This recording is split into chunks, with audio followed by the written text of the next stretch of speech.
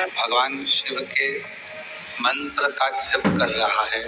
पंचाक्षर नमः शिवाय, षडाक्षर ओम नमः शिवाय या श्री शिवाय नमस्तुभ्यम मंत्रों का जाप भी अगर कोई कर रहा है या भगवान शिव की पवित्र कथा का लाभ लेकर अगर कोई जा रहा है तो भी मेरे शिव उस पर अपनी कृपा की दृष्टि कर देते हैं। उसकी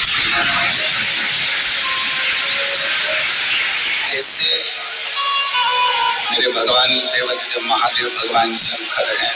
भगवान शिव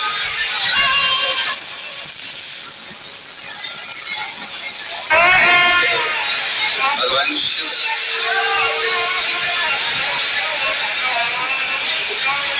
केवल जपने वाला, भजने वाला या स्मरण करने वाला है,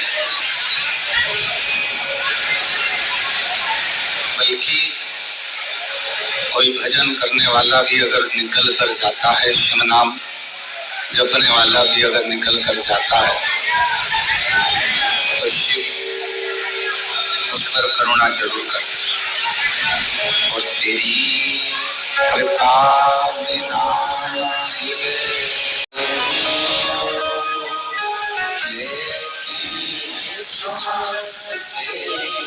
कृपा से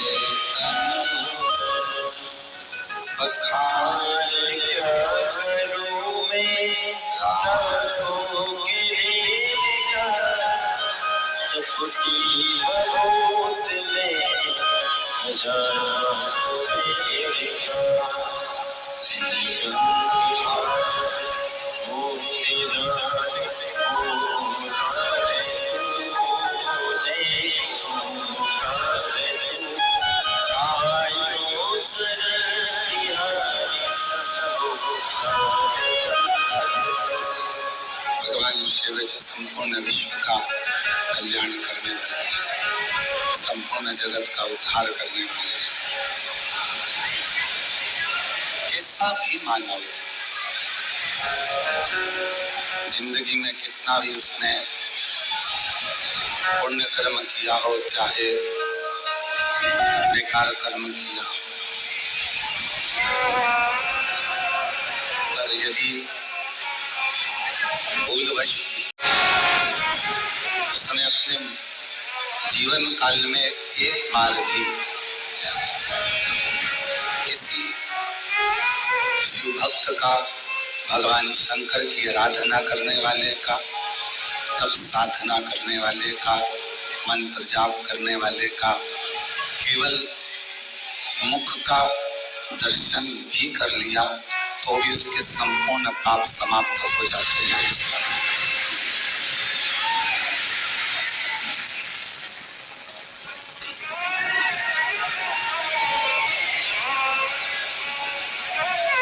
इसलिए संपूर्ण जगत में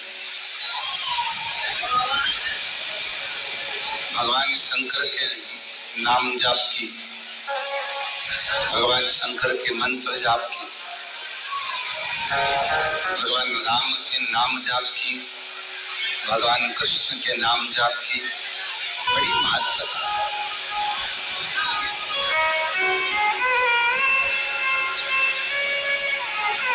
आप जीवन में जितना जितना भगवत नाम, भगवान शिव का नाम का उच्चारण करते हैं, शिव को उतना अपने करीब में आप पाते जाते हैं, भगवान शंकर को अपने नजदीक में पाते जाते हैं। हो सकता है इस जब हमारा शरीर काम ना दे, जब शरीर किसी काम का ना रहे तो परिवार, नाते, रिश्ते, कुटुंब, कबीले ये सब साथ छोड़ हो सकता है।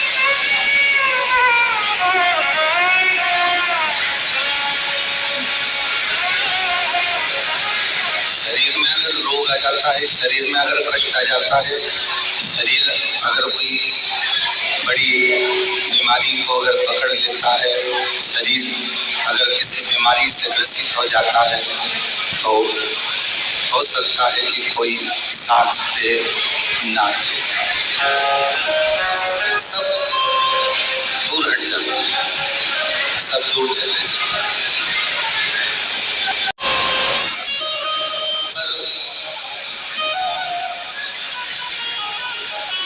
तुम्हारा दुख देखकर, तुम्हारी बीमारी देखकर, तुम्हारा तकलीफ देखकर, तुम्हारा कष्ट देखकर केवल एक जो तुमसे दूर नहीं जाता,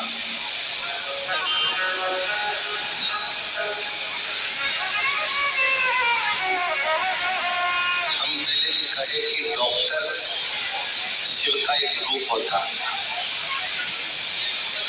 डॉक्टर भगवान शंकर का एक प्रतिबिंब स्वरूप होता है।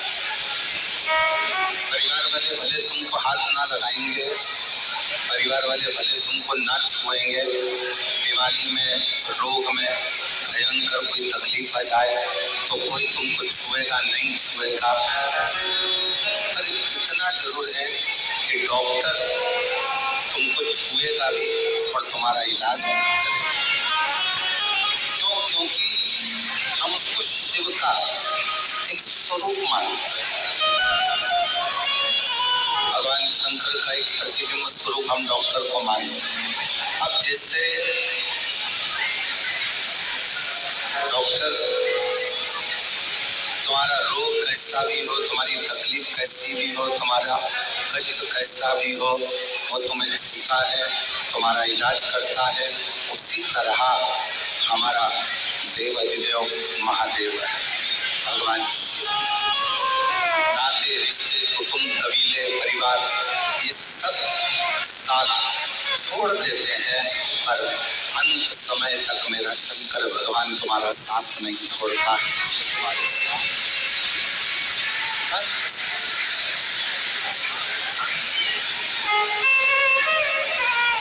मेरे बाबा दया करना, मैं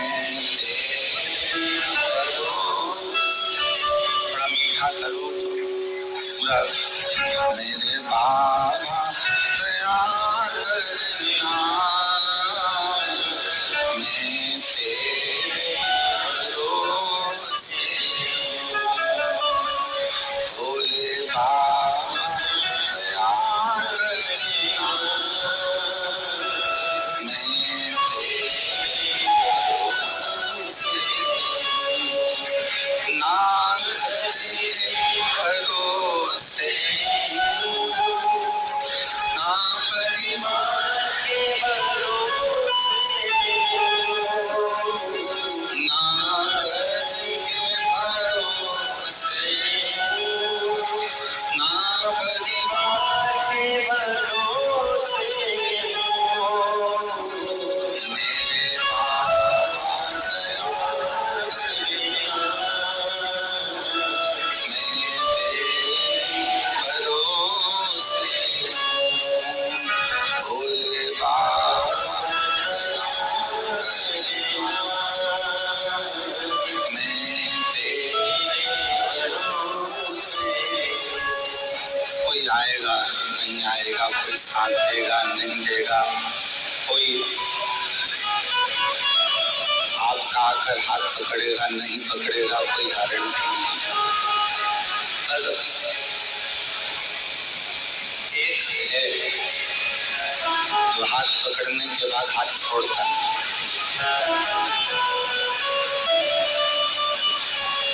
वो नहीं छोड़ता। और खास तौर से शिव के मंदिर में जाकर जब अपना हाथ लोटा पकड़कर, एक लोटा जल पकड़कर जब आप अपने हाथ को आगे कर कर शिव जी को जल चढ़ाते हो ना, जो हाथ देवाधिदेव महादेव को जल चढ़ाने के लिए ऊपर की ओर आता है, उसको मेरा देवाधिदेव महादेव जिंदगी भर नहीं छोड़ता, उसको पकड़ कर।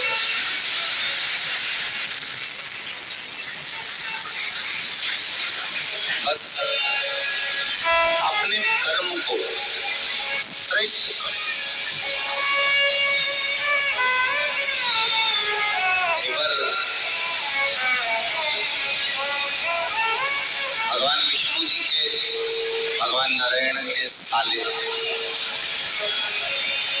माता लक्ष्मी जी के भाई धाता विधाता।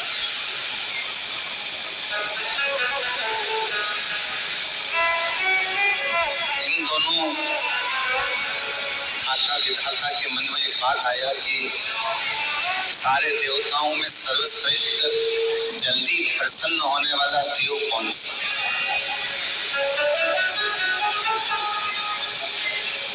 ऐसा कौन सा देवता है जो शीघ्र और उनको बिठाकर भोजन पवाने का व्यवस्था करे?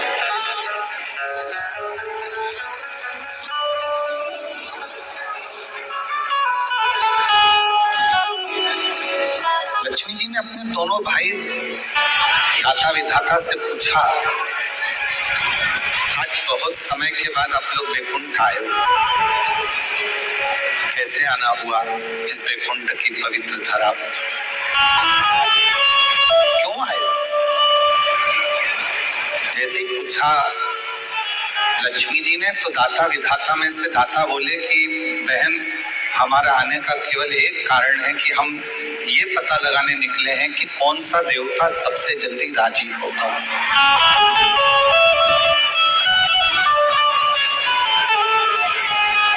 वो देवता है कौन सा जिसको कोई पूजन करे तो भी राजी है, पूजन ना करे तो भी राजी, कोई जल चढ़ाए तो भी राजी है और जल ना चढ़ाए तो भी राजी, कोई आराधना करे साधना करे तो भी राजी है और कोई आराधना साधना ना करे तो भी राजी, कोई उसका जप करे मंत्र जपे तो भी राजी है और मंत्र ना जपे तो भी राजी। ये कौन सा?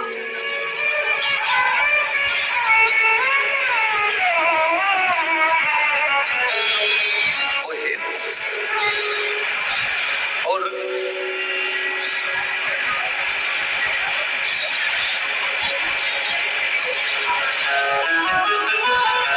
हमें उसे जानना, आखिर वो देवता है कौन सा? भगवान नारायण तो उस समय पर नहीं थे, पर माता लक्ष्मी सुन रही थी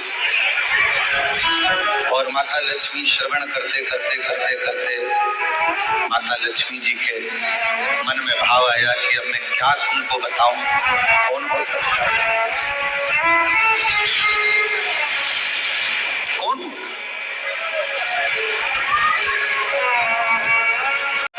कहते से ही भगवान विष्णु ने अपने नेत्र बंद करे और एकदम मौन हो गए, चुप, एकदम चुप। अब भगवान नारायण नेत्र नहीं खोल, अब भगवान विष्णु के नेत्र नहीं खुले, अब एकदम मौन होकर वो चुप हो। ऐसा लग रहा है जैसे कोई साधना में, कोई तप में डूब गया, कोई आराधना में डूब गया। और कर्पूर गौरम करुणावतारम संसार सारम भुजगे हृदया भवम भवामि सदैवं। नमः शिवाय, ओम नमः शिवाय। शिव जी के जैसे ही दाता विधाता के मुख से निकला शब्द कि वो कौन सा देव है शीघ्र राजी होने वाला, भगवान नारायण ने नेत्र बंद कर लिए, मौन हो गए। शास्त्र कहता है कि नारायण को भगवान श्री नारायण को माता लक्ष्मी जगा रही है तो भी नारायण जाग नहीं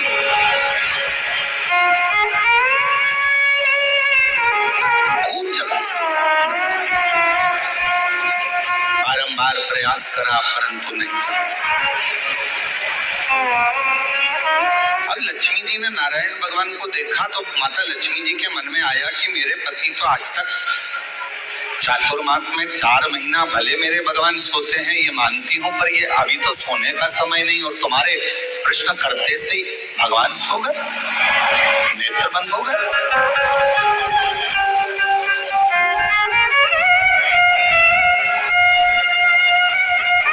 केवल प्रश्न करा आपने और भगवान विष्णु के नेत्र बंद हो गए, भगवान नारायण के नेत्र बंद हो गए।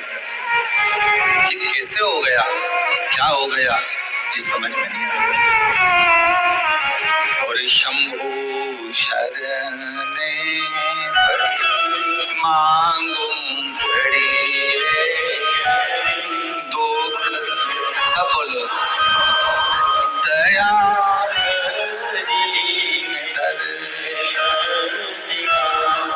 ओ शंभु शरण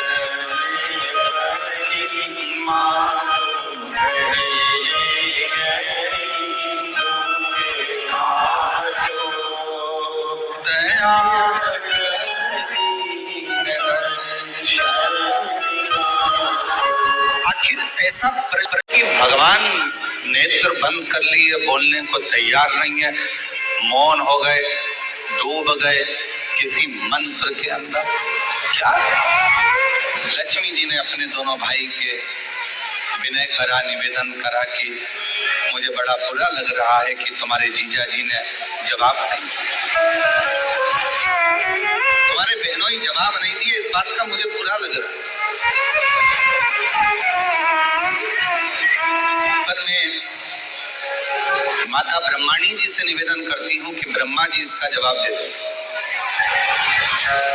जाओ ब्रह्मदेव के पास पहुंचो, थोड़ा कथा पर ध्यान देना, बड़ी सुंदर कथा है। आज हरियाली अमावस्या की इस पवित्र आनंद में कुबेरेश्वर धाम की पवित्र धरा पर कावड़ मेले में ऑनलाइन शो महापुराण की कथा आप सुन रहे हो अपने जीवन को धन्य बनाने के लिए।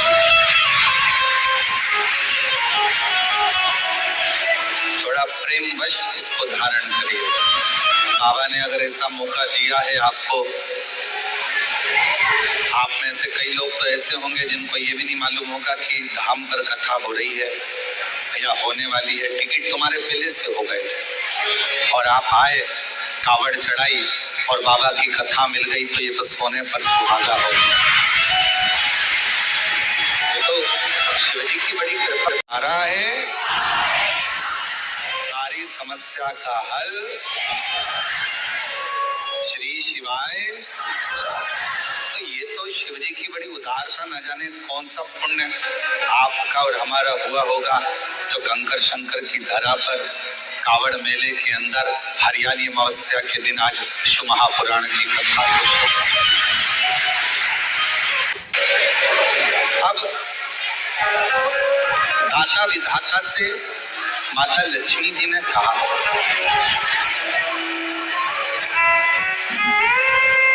माता लक्ष्मी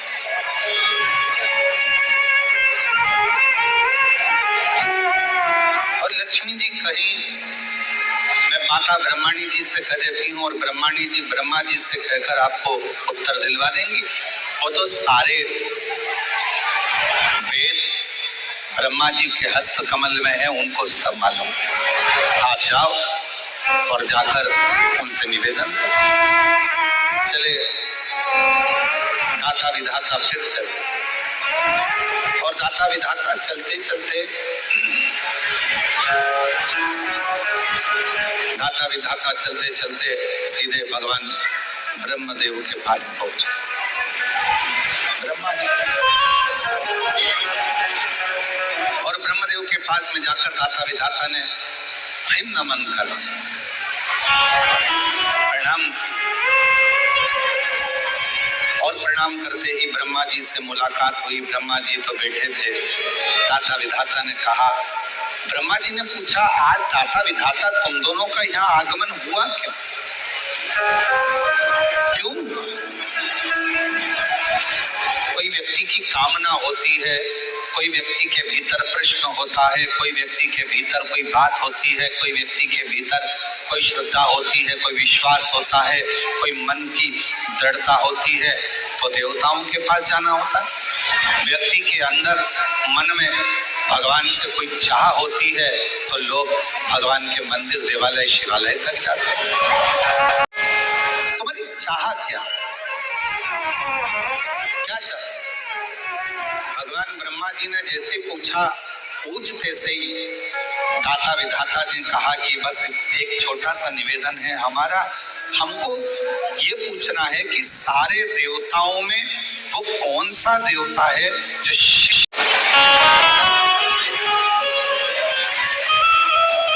जप करें तो ठीक, ना करें तो ठीक, भजन करें तो ठीक, ना करें तो ठीक, पूजन करें तो ठीक, ना करें तो ठीक। जैसे ही ब्रह्मा जी के सामने बात गई और ब्रह्मदेव भी अपनी साधना में मौन हो गए, चुप। कोई मुख से, किसी मुख से ब्रह्मा कुछ बोल ही नहीं रहा, एकदम कुछ नहीं, कोई शब्द ब्रह्मा जी के मुख से निकल ही नहीं रहा, कोई अक्षर ब्रह्मा जी बोल ही नहीं पा रहे, मौन।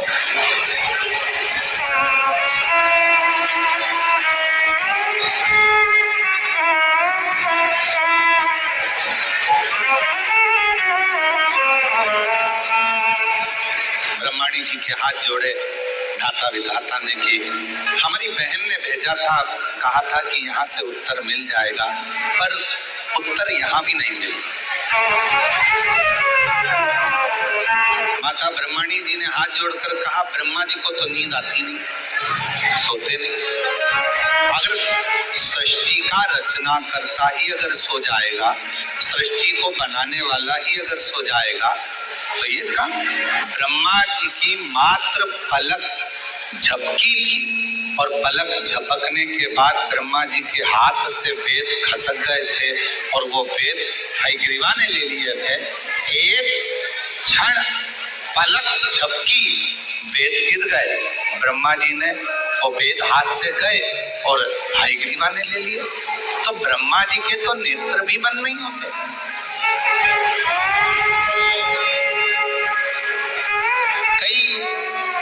कल निकल जाते हैं तब ब्रह्मा जी की पलक झपकती है, कई कल्प निकल जाते हैं।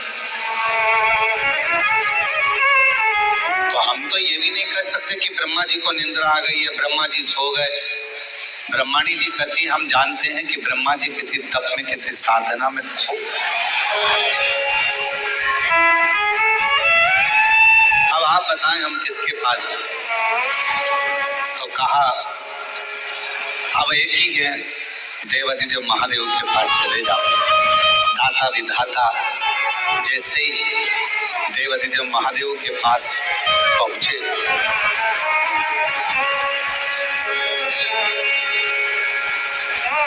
जैसे ही देवाधिदेव महादेव के पास में पहुंचे तो क्या देख रहे थे? देवाधिदेव महादेव के पास पहुंचते से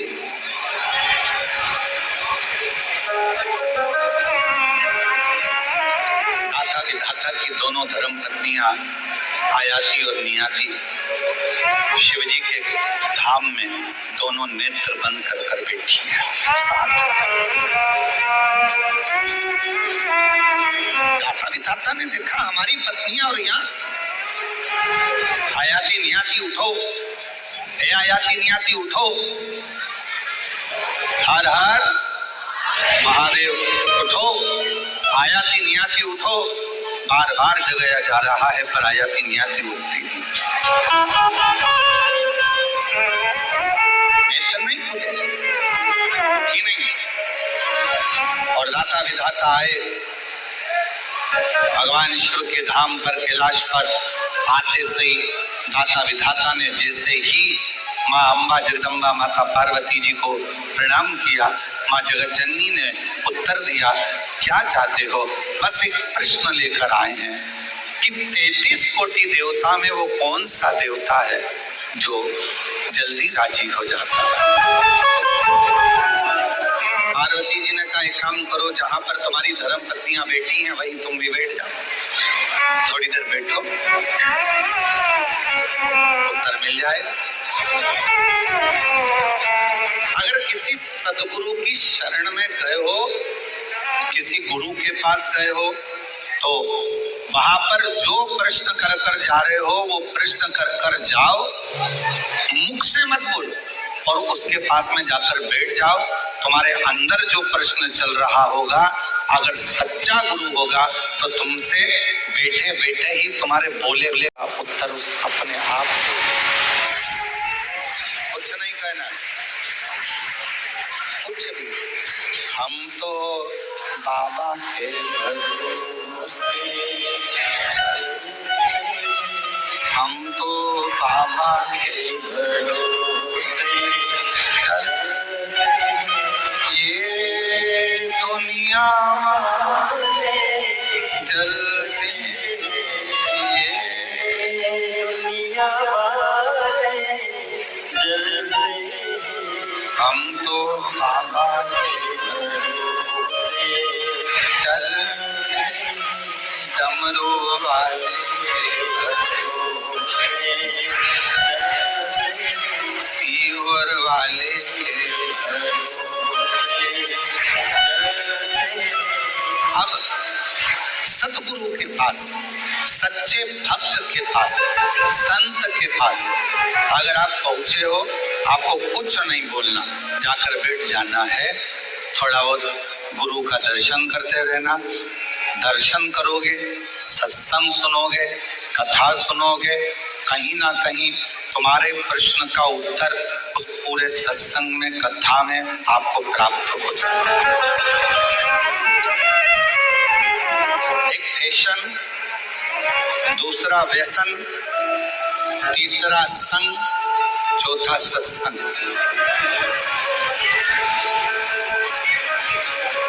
इन चारों का अलग अलग क्रम। क्या क्या? जम के बोलो। पहला फैशन, दूसरा व्यसन, तीसरा संग और चौथा सत्संग। चारों का अलग अलग। फैशन क्या करता है? आपको ऊपर से अच्छा करता है। कपड़े की डिजाइन चेंज हो गई, आप ऊपर से अच्छे लगे। बाल की डिजाइन चेंज हो गई, आप ऊपर से अच्छे लगे।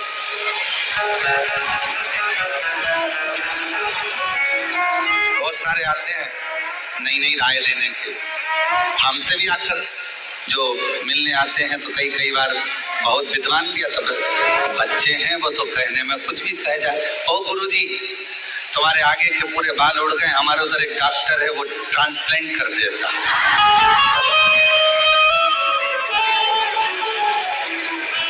उसको बदल दो।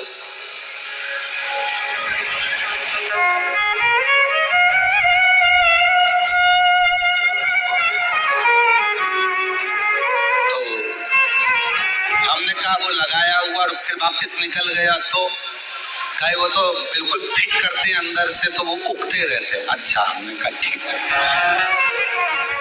अब हमने कहा संसार सागर में आज के जमाने में शंकर भगवान अपने भक्त के मस्तक पर चंद्रमा तो नहीं रख सकते, पर चांद जरूर बना देते हैं। अब जो शिवजी ने गिफ्ट में दिया है उसको क्यों चेंज किया जाए? बोलो सही है कि गलत? जो मेरा भोला बाबा, मेरा शंकर, मेरा त्रिकालदर्शी कैलाशी अविनाशी ने जो दिया, उसको कौन बना?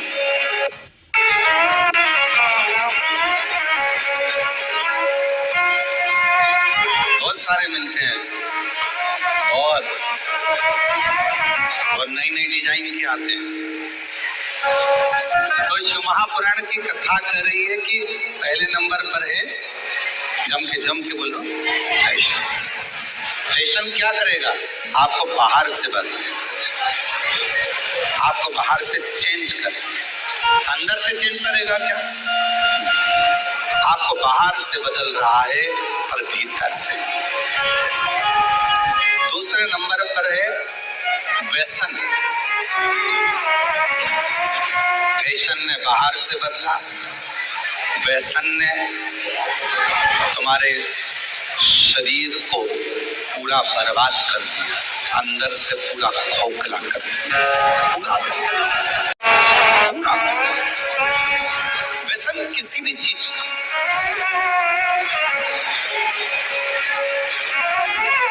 आज भारत की भूमि पर जगह जगह पर पुलिस प्रशासन नशा मुक्ति अभियान चला रही है और उसका एक ही कहना होता है कि आप नशे से दूर रहें, नशे से।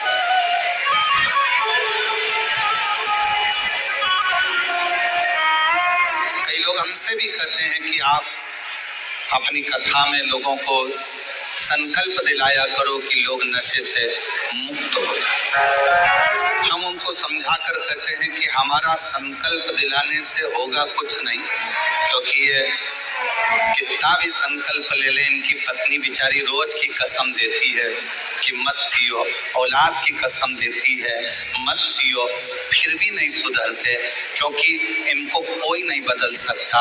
व्यसन करने वाले को खुद अंदर से बदलना पड़ता है, दूसरा नहीं, खुद बदलो। किसके लिए बदलो? व्यसन करने वाले को किसके लिए बदलना चाहिए? अपने बच्चों के लिए। आप मदिरा पीकर, नशा कर कर, व्यसन कर कर कहीं रोड पर पड़े हो गए, नाली के किनारे पड़े हो गए, कुत्ता तुम्हारा मुंह चाट रहा होगा और गंदगी में गिरे पड़े हो गए, तुम्हारा बेटा स्कूल से आ रहा होगा, ट्यूशन से आ रहा होगा, तुम्हारी बेटी कहीं नौकरी कर कर आ रही होगी या पढ़कर कॉलेज स्कूल से आ रही होगी, तो उसके दोस्त उसको हंसकर कहेंगे, देख तेरे पिताजी नाली में पड़े हैं और कुत्ता उनका मुंह चाट रहा है। आप अपने लिए मदिरा मत छोड़ो, आप अपने लिए व्यसन मत छोड़ो, पर निवेदन है अपने बच्चों का मुख देखकर अपना व्यसन जरूर छोड़ो। अपने बच्चों का मुख देखकर कि मेरे बच्चों को लोग क्या कहेंगे, एक बेवड़े का बेटा बेटी, एक नशा करने वाले दारू कुत्ते का बेटा, दारू दिन भर पीता है, उसमें धुत रहता है, क्या करें? अपने लिए नहीं तो अपनी बच्चों के लिए, अपने परिवार के लिए। धर्म पत्नी अपना घर परिवार छोड़कर तुम्हारे लिए आई है, थोड़ा सा कहीं जाएगी तो उसको इज्जत नहीं मिलेगी। पिता इसका पति नशे में रहता है, ससुराल वाले भी कह देंगे दामाद तो नशे में रहते हैं, उसको कोई नहीं पूछता, तो अपनी बेटी को भी नहीं पूछा।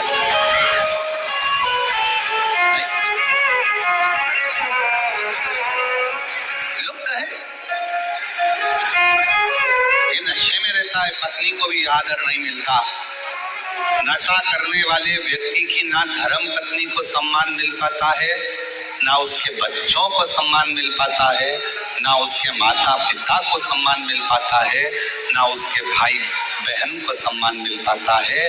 इसलिए मेरा निवेदन इस व्यासपीठ से आप सभी से है, अगर बन सके तो अपने बच्चों का मुख देखकर, अपनी पत्नी का मुख देखकर, अपने माता पिता का मुख देखकर एक बार कड़ला मन बना लो कि मैं आज से लोटा लेकर मंदिर जाऊंगा, शिव का जल पीऊंगा, पर गलत व्यसन नहीं करूंगा। नशा भी नशा है ना, तो वो भी तुम्हें अंदर से तोड़ देगा,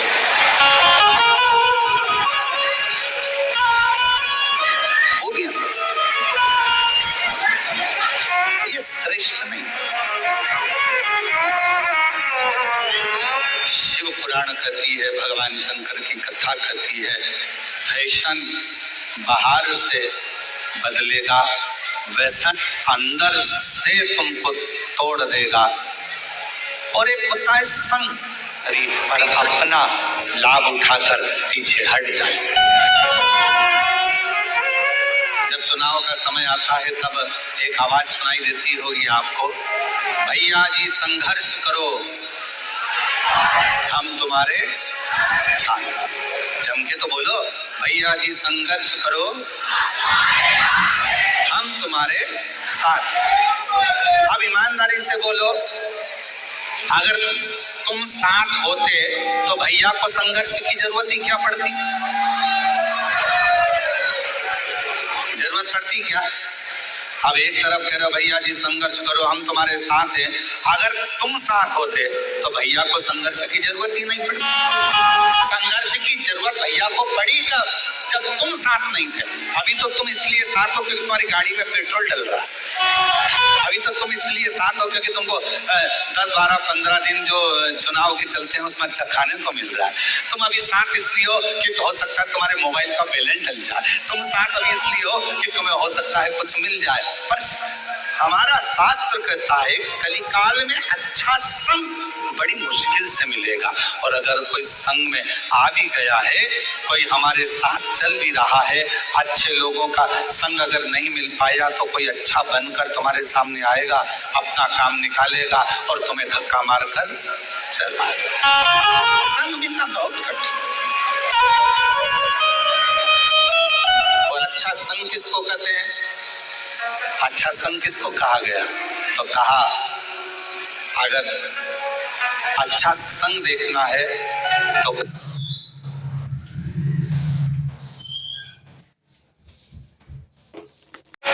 घर के सोनार की दुकान के कचरे को देखो। क्या देखना है?